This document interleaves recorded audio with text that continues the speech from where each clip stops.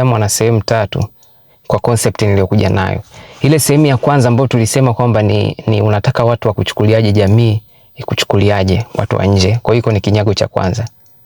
Kinyago cha pili ni structure. Yaani wewe unaamini kwamba wewe ni nani? Kwa sababu wewe hapo kama ulipo nikikuuliza wewe nipe definition yako, au unapenda watu wakuchukuliaje? Kwa sababu kuna ile watu wanakuona uko hivi, lakini namba mbili ni kwamba kuna kitu ambacho wewe unahisi ndio uko hivyo. Umeona frame yako ile ambayo ndio wazungu wanaita ego, unaamini uko hivyo. Lakini ile ego mara nyingi inakuwa ni tunatakaga watu watuchukulie hivyo, yani ni identity fulani. Kama uliona kuna mafunzo hapo nyuma nilifundisha, kuna video nilifundisha kwamba mwanaume kabla hujaoa unatakiwa na identity, yani identity yako inabidi iwe strong, utambulisho wako inabidi uwe imara, utamaduni wako uwe unajulikana uko hivi, principles zako ziko hivi. Sasa ile na yenyewe ni maski, sio uhalisia wako, lakini ni maski ambayo inapendeza mwanaume kutembea nayo na wanawake waga wanavutiwa nayo. Lakini sasa kuna ndani kabisa uhalisia wako uko vipi kweli. Kwa mfano nikupe mfano mdogo, unakutana na kuna mtu unaweza kukutana naye, kwa mfano kama ni mwanamke umekutana naye mara ya kwanza, unaanza kuona katika maongezi yenu, unamsikia mwanamke anapenda sana kuambia mimi nimesoma, nimefanya hivi, yani anaongelea sana yani zile maendeleo aliyokuwa anayapata kwenye maisha yake. Nimesoma, nilienda chuo, sijui nikafanya hivi. Yani kila maongezi yake utasikia anaongea kama kwenye mambo ya education, elimu. Sasa wewe ukisikiliza vibaya unaweza ukaelewa kwamba huyu mwanamke ni msomi, lakini nyuma yale maneno kwa nini anakuambia vile, unataka ujiulize.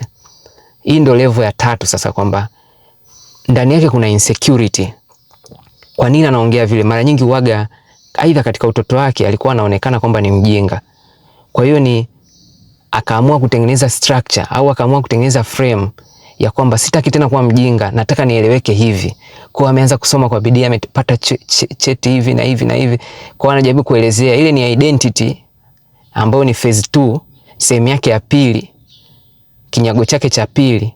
Lakini kinyago chake cha kwanza ni cha uoga, kwamba nisionekane mpumbavu. Sijui kama umenielewa, sijui kama hapo nimeeleza vizuri, nimeeleweka. Nikupe mfano mwingine kwa wanaume. Unaweza kumuona mwanaume umekutana naye, kwa mfano kama ni mwanamke umekutana na mwanaume kwa mara ya kwanza, kajichora matatu, kapiga chuma gym nini, ana knuckles kubwa, yani mbavu nene, anaongea na wewe pale, anaongea kiujasiri, sijui nini. Mimi huaga sipendi watu wanizarau, sijui vitu gani hivi. Yani anaongea kama vile mtemi fulani. Yani mimi watu labda nikienda sehemu fulani, watu wananielewa kabisa. Mimi principles zangu ziko hivi. Kwa kuna wewe sasa, wewe kama mwanamke uko mtaalamu kusoma hisia, unaweza ukajua hiki kitu anachoongea ni frame ya pili, yani ni kinyago chake cha pili. Ndani yake kwa nini ameamua kuwa hivi? Unaweza kujua huyu huaga anaogopa kuonyesha udhaifu, hapendi kuonewa. Yani ndo ndani yake yuko hivyo, hapendi kuonewa. Yani kuna kitu kina miss. Aidha alivyokuaga mtoto alikuwa anafanywa bullying, alishapigwa sana ngumi, alionewaga na watu wengine, kwa hiyo akatengeneza identity fulani kwamba kuanzia leo sitaki hivi vitu vijirudie. Kwa ameanza kubeba chuma, amejichora. Yani anataka dunia imfahamu kwa jinsi fulani kwamba mimi ni mtu wa hivi. Lakini sio uhalisia wake. Uhalisia wake mamake mzazi ndo anaomjua. Yani yule mamake aliyemlea ndo anajua kwamba huyu jamaa mmoja soft, anaogopa sana, anaogopa kuonewa, anaogopa kudhulumiwa, ndio yuko hivyo. Umeona? Sasa hii ni phase 2. Sasa phase 1 ndio ile ndio undani sasa. Ndani uoga wake ni nini, ndio hicho ninachokwambia. Sasa sijui kama hapo nimeeleweka. Mwanamke mwingine anagubu au anapenda kufoka. Hata kama kazini kwako unaweza kuwa na mwanamke bosi, labda secretary, anapenda sana kufoka. Nini bwana, msichukulie hivi ni. Sasa kwa mtu mwingine unaweza ukajua kwamba huyu mwanamke ni mkorofi, mwanamke mtata, mshari, huyu mshari, huyu mwanamke haogopi mtu yani. Au unaweza wewe mkona kwenye kikundi cha wanawake mnapiga story. Mimi mwanaume anaanza kuambia bwana wewe mwanaume anakufanyaje hivi, afu wewe yani wewe mnyonge, yani anaongea yale maneno ya kitafutafu. Sasa wewe unaweza ukawasikiliza ukasema mwanamke yuko strong na I wish ningekuwa strong kama yeye.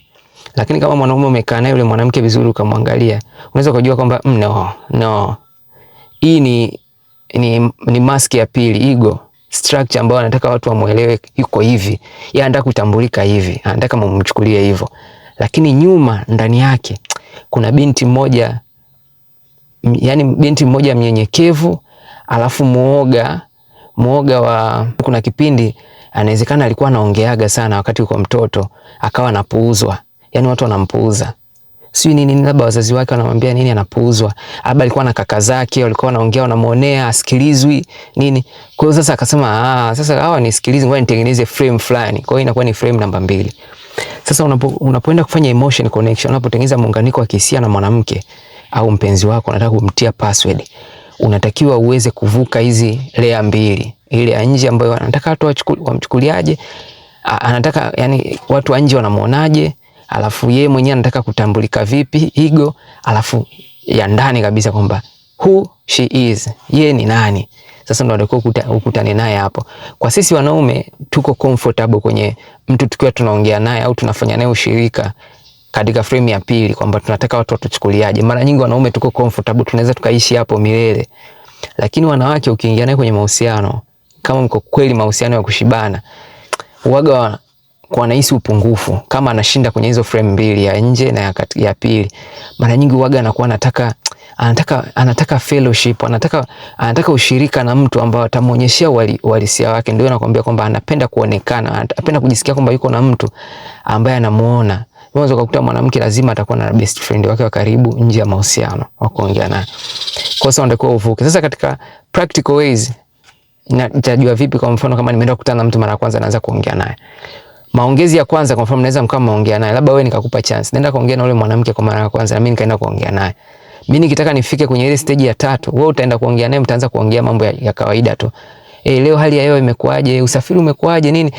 Sasa hapo tunaongelea phase ya 3. Yaani ni vitu ambavyo tunaongelea tu hali halisi ya maisha iko vipi, bila kuweka utambulisho wetu kwa kitu chochote. Sasa unaweza ukafikia hapo kaongea naye, then unaweza ukapiga hatua ukafikia kwenye sehemu ya 2 ambayo utaanza kuongea naye, ataanza kukwambia bwana, mimi nafanya kazi na fulani, afu fulani ananikera. Yaani mimi hizi kazi bwana za kutoka labda saa 1 au kufanya nini au za kufanya nini, yani anaweka identity yake, anaanza kujitambulisha. Au akapita mtu au akasema kitu fulani, mimi huaga sipendi mtu anayechelewa nini. Hapo ukawa umeongea naye na hisia fulani akawa anaonyesha, unaweza kusema kwamba nimeshamfungua huyo mwanamke. Kumbe hujamfungua chochote. Mnapeana namba, mkishaondoka akakusahau. Alafu mimi naweza nikaongea naye, labda nikafika kwenye ile stage ya 3.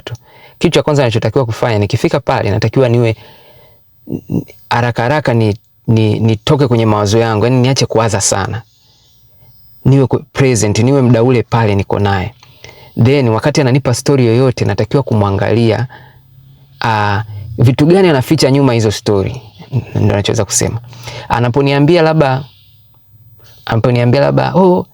mimi bwana nikiwa kazini bwana sijui labda fulani ananisemesha vibaya au nini, mimi sipendagi watu wa type. Kwa nini ananiambia hivyo? Yani what behind that? Ndio unaweza ukaona. Sasa ukitaka kutapu hiyo sehemu haraka, jambo la kwanza unatakiwa uwe na eye contact na mwanamke. Uweze kumwangalia mwanamke machoni. Hasa jicho lake la kushoto. Kwa sababu ya macho ya mwanadamu yamegawika sehemu 2. Moja ni la logic, jingine ni la emotion. Upande mmoja wa hisia, upande mwingine ni wa akili. Ndio unakuta watu wengi, hata wewe mwenyewe ukienda kujiangalia kwenye kioo, japokuwa wengine wanakuwa yako sawa, kama kuna yani umebalance mwili wako, yani hisia na akili ziko vizuri, macho waga yanakuwa yanalingana. Lakini kama umegundua hata huko barabarani ukipisha, jaribu kuwa unaangalia watu usoni, utagundua watu jicho moja waga linakuwa linafifia, moja linakuwa liko active hivi, jicho moja kubwa jingine dogo. Hata kama anaficha, lakini baadaye kikaa kijisahau, kuna jicho moja linakuwa dogo jingine kubwa. Sasa ile linakuwa dogo ndio ujue ulimwengu anaishi sana hapo. Kama ni ulimwengu wa hisia na umizwa sana, litakuwa limenyongonyea. Kama anaishi kwenye logic sana, ili huko litakuwa linang'aa sana. Kwa hiyo ndio kuangalia jicho lake la kushoto. Yaani focus yako unaweka jicho lake la kushoto, afu then unakuwa unamsikiliza, unamwangalia, je, atajitokeza wakati unaongea naye? Kwa utakuwa unaongea naye, hapo unaweza kuconnect naye. Unaanza kuanza kuona vitu vidogo vidogo. Unaanza kunotice vitu vidogo vidogo. Kwa mfano naweza nikawa naongea na mwanamke, vitu vya kawaida tu, nikaanza kuona anapepesa macho haraka. Yaani alikuwa kuna jinsi anavyoongea na kwa unaweza nikawa nimemuuliza swali, bwana hivi kitu fulani kiko vipi? Unamwona macho anaanza kwenda mbio. Unajua huyu hii mada ni iko sensitive. Kuna kitu kilishaitokeaga kwenye hii mada. Kwa hiyo nibadilishe mada au nimfungue zaidi tuongelee, lakini hii ni mada iko sensitive. Vitu vidogo kama hivyo. Unaweza kuona unaongea na mwanamke, labda unaanza kumnotice zile sehemu zake ambazo hazina mifupa. Hizi sehemu za tumbo, sehemu ambazo sehemu za siri, sehemu ambazo hazina mifupa mikubwa, anaanza kuzifunika wakati mnaongea. Ujue hiyo mada pia ni sensitive. Kwa sababu mara nyingi waga watu ukianza kuona mtu anakunja hivi mikono, anaweka mikono tumboni, watu wengi wanajiulizaga kwa nini wasanii wakiimba wanashika hapa suruali, sehemu za nani, wanashika nini pale? Ni hali fulani ambayo inakuwa inawakuta akiwa amesimama mbele ya watu. Ni kama kaibu fulani. Kwa hiyo ukiwa na aibu, kuna vitu fulani unaanza mwili, body language yenyewe inaanza kujihami kwamba unaanza kuweka, kwa mfano kama mkono una mifupa migumu au miguu, mtu anakuta anakunja 4. Hii miguu ina mifupa mikubwa, kwa ana protect zile sehemu sensitive kwenye mwili wako. Unaweza kujua kwamba hii mada naongea ni sensitive, inabidi ni jue jinsi gani ya kuongea naye. Unaweza kuona vitu vingi, mwanamke the way anashika nywele zake, umeona, lakini sio kila anayeshika nywele ana maana fulani. Kwa kuwa umeanza kuongea naye hivi kidogo unaanza kuona, okay, unaanza kuona mwanamke anasema kitu fulani, labda anafanya ishara fulani, unajua hiki kitu kimemgusa. Ni sasa ni unaanza kumuona pale sasa katika ule uhalisia. Nachoweza kusema muunganiko wa kihisia ni kwamba unaingia ndani ya mwanamke, yani kimawazo unaingia ndani ya mwanamke, unapata hisia zake, anahisi nini muda ule wakati yuko na wewe. Achana hivi vitu anavyoongea, story anazoongea sijui za kwake, sijui za nani, kwa muda ule pale wakati mko naye. Muda ule pale wakati mko naye mnaongea naye. Je, anajisikiaje kuwa na wewe muda ule pale? Kwa sababu je, anajisikia yuko comfortable? Yani hiyo ndio muunganiko wa kihisia anachoweza kuelezea. Japokuwa yani hapo nimejaribu kutafuta maneno kufafanua, lakini ndo kama hivyo. Ni mada pana sana, kwa hiyo nitajitahidi umbali nitakapofikia ndo hapo.